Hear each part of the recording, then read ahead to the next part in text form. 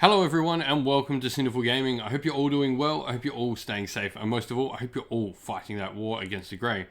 Today, we got the FAQ revisions up from Games Workshop, so we're going to check them all out, have a little talk, and sort of see what has happened, what's been revised, and hopefully some of the fixes we wanted to see in these FAQs has been amended, which I think in general it has. So, let's start off by saying we got, first of all, 3 new FAQs came out: the General's Handbook 2021, Core Rules, and Battle Tome Silvernath. So let's check out the General's Handbook first. The FAQ comes up, and so in magenta, and we'll see a little revision 2 next to it if it was. Where a date has a note, e.g. revision 2, this means it has had a local update only in that language. Chronomatic Cogs, first of all, is the first one. Now, this is a big change because if it is decreasing the flow of time, you can pick one friendly wizard to attempt to cast one extra spell, not every wizard around it. This is a really good change. This is effectively Cogs like it used to be. It used to be one wizard around it. Really solid change. I think the multiple wizards around it was really not good. There were multiple armies that could take some serious advantage of that, like Disciples of Tzeentch and Seraphon could really make good use of it, and also a bunch of the other Chaos armies, and even things like Skaven and Cities could make really abusive use of this. I mean, imagine just giving Hallowheart the ability to do all those extra things, so they're casting all their regular spells that they can, and then on top of that, they're also casting endless spells. Not something you would really want. Umble Spell Porter as well has just had a nice little clarification, getting my words right. So you change the first paragraph of the rule to once per turn if the wizard successfully casts a spell within 1 inch of their endless spell. The range, visibility, and effect of the spell can be measured from one part of this endless spell instead of the caster. So, pretty cool. This is just nice. It means the endless spells can go through the portal and you can cast them. Because obviously you use a spell to summon the endless spell, so you can use the point to summon as the other end of the endless spell. Really nice. I think this is cool. Being able to do the multiple double endless spells and summon a purple sun through a portal is pretty darn cool. And so let's have a look what our next one is. We've got the Warhammer Age of Sigmar core rules.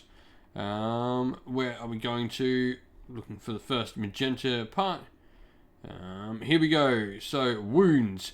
If a model is removed from play whilst it has wounds allocated to it but is not slain, does this mean I can no longer allocate wounds to the model and therefore that unit? No. The wounds allocated to that model have no further effect and must continue allocating wounds that remain to be allocated to the unit as normal. Sweet.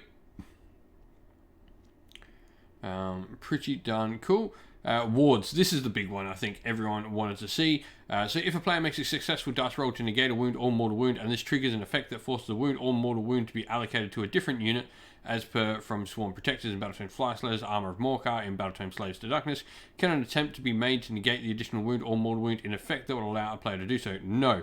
Wounds and mortal wounds allocated in this way cannot be negated. So this is if a player makes a successful dice roll to negate a mortal wound, and this triggers an effect that forces the wound to be allocated to a different unit. So this means you cannot get wards on your bodyguards. They cannot take a ward for your bodyguard, which is pretty significant. This means things like Phoenix Guard for Cities of Sigmar, also Bellicor passing off onto any demon unit around him with a ward. They don't get their wards against this. This is the ward for everyone involved. Some abilities also allow you to roll a dice to attempt to negate a mortal wound, but they have a different effect depending on the score of the dice, as per, for example, the Soulforged Guardian's ability on the Praetor's War Score. Are these abilities wards, and is this roll a ward? Yes. So, if it looks like a ward, if it smells like a ward, it's probably a ward save. I think this is just some clarification here, so this just makes sure that there's no double up wards. We're not going to have those, ridiculous models with a 4+ armor save. I mean, think of an Anointed on Frostheart Phoenix. You've got a 4+ armor save, 4+ ward, and then a 5+ ward from an artifact, and a 4+ Witness to Destiny roll. That's not going to happen. I mean, it could even be a foot one where he's got the ability to negate it with a Honored Retinue roll as well, and then the Phoenix guy could take a ward. None of that is going to happen in games now. It is a ward is for everyone involved in taking that hit, so you can no longer get anything. And then we got this one. This one down here I think is interesting looking at it. So what happens if more than one enemy unit is tied to the closest enemy unit when a friendly model is making a pile-in move? The player commanding the unit making the pile-in move picks one of those units to be the closest. This is really interesting because I think this has a lot more play and a lot more options than people are first thinking.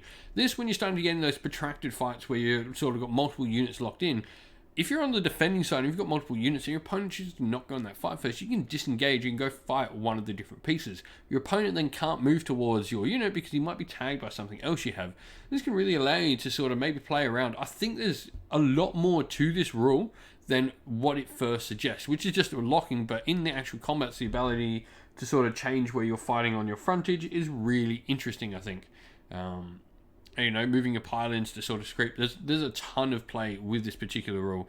I'll be really interested to see it in practice and get some games in with this type of rule on how I can choose multiple units, because if it ever does happen, it'll be a really interesting way you can sort of work something in your favor. I really like it. It stops the trapping of units, which I do not like at all, and makes for some fun interactions. Is there anything more, though, in this one? Oh, and we got wards. So this is the one. So some abilities I had to roll a dice and negate a wound or mortal wound. Abilities of this type referred to as wards, and the dice roll is referred to a ward roll. Unless stated otherwise, the ward roll is made up of a wound roll that is allocated to the ward in question. Up to one ward can be made for each wound or mortal wound. If that ward is successful, the wound or mortal wound is negated and the F has no effect. And then enhancements, we've got mount traits as well, just only one of each mount trait. Cool. Like the ward stuff is just important. I'm really a big fan of that. I do not like stacking wards at all. And then we got the last errata. So Silvernath, I believe that trees got a little update. It's all I can sort of see. So